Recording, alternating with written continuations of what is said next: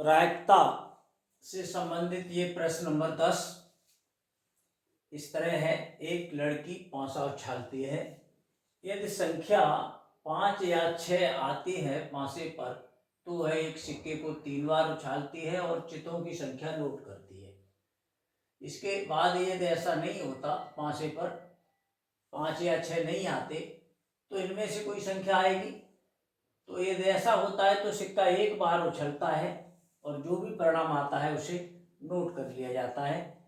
यदि उसे ठीक एक चित प्राप्त होता है, लड़की को एक चित प्राप्त होता है, पांसा उछाल के सिक्का चाहे एक बार उछाला जाए या 3 बार उछले, चित यदि एक ही आता है तो इस प्रायिकता इस बात की निकालनी है कि पांसे पर इनमें से कोई संख्या आई है।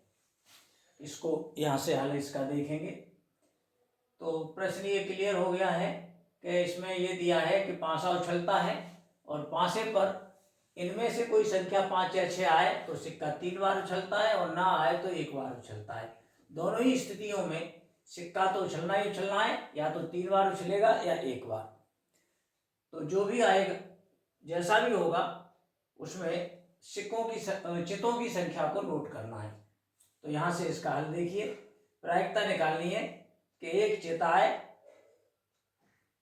और पांसे पर ये संख्या आए। तो यहाँ से इसका हल देखेंगे। मान लिया है कि सिक्का वो जो पांसा उछला है उस पर 5 और 6 आने को इवन, और 5 और 6 ना आए तो इनमें से कोई आएगी, इसे E2 मान लिया है। तो यदि इवन घटना घटती है तो सिक्का 3 बार उछलता है, तो उसका प्रत्यय समिष्टि ये लिखा हुआ है परिणामों का समुच्चय। और यदि E2 घटना घटती है तो सिक्का 1 बार उछलता है, तो इसको S1 नाम दे दिया है और एक S2। एक सिक्का उछाल में जो प्रत्यय समिष्ट है, एक सिक्का के उछाल में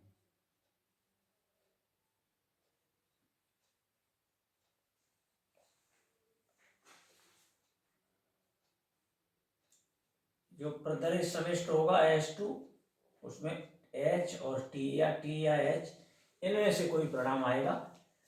तो चितों की संख्या से मतलब है यदि चित आना, यदि एक चित आना, ये मान लेते हैं घटना,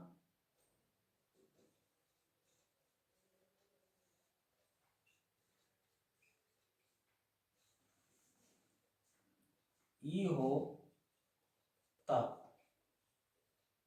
ये ऐसी घटना है, एक चित आता है, चाहे एक सिक्का उछले या 3 उछले, उसमें एक चित आने को ई मान लिया है। तब निकालते हैं प्रायिकता P/E/E1।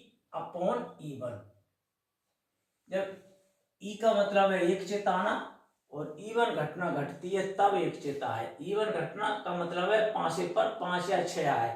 तो होता क्या है, 5 और 6 आते ही 3 सिक्का उछल पड़ते हैं, तो ये परिणाम आते हैं। इनमें से एक चित वाले कौन कौन है?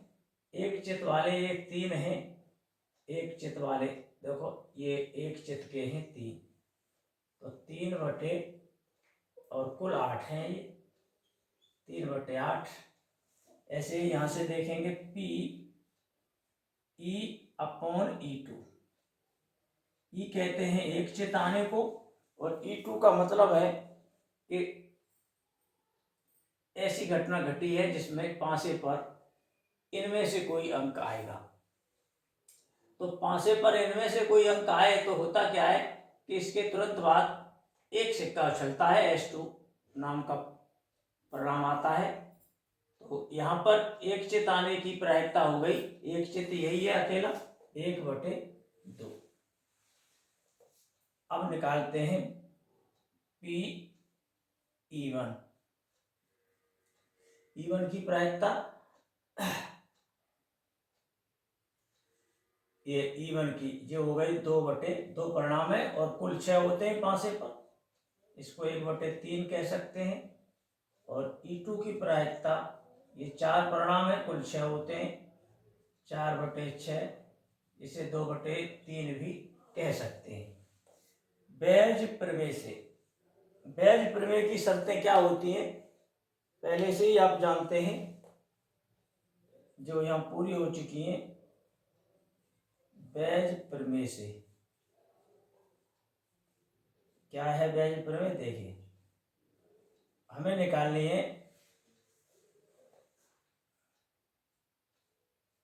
E2 अपॉन E, यानी सिक्के पर E2 का मतलब है पांसे पर ये आए तब एक चित आने की प्रायिकता।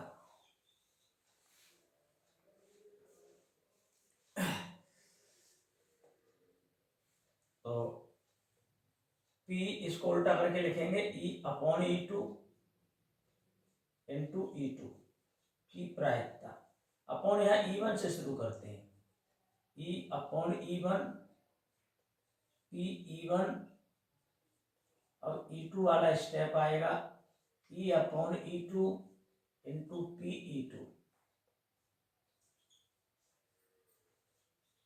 बस मान लगाने हैं। E अपॉन E2 निकाल लिया है, E upon E2 1/2 into E2, E2 की प्रायिकता 2/3 अपॉन E1 वाला हिस्सा E1 की है 1/3 into E upon E1। E upon E1 कहाँ है? E अपॉन E1 3/8, और प्लस ये वाला जो ऊपर लिखा है वो लिख ही देंगे 1/2 2/3। कुल मिला के लासापा ऊपर ये 2 से 2 काट दें तो 1/3 अपॉन ये 3 से 3 कट के 1/8 प्लस ये 2 से 2 कट के 1/3। तो लासापा ऊपर का तो 1/3 और नीचे का 8 दिया 24। 3 + 8 सब मिला के ये क्या हो गया? 1/3 गुणा 24 ऊपर जाएगा अपॉन 11। इससे ये 8 बार कटेंगे, 8/11 पूरे प्रश्न का उत्तर है। धन्यवाद।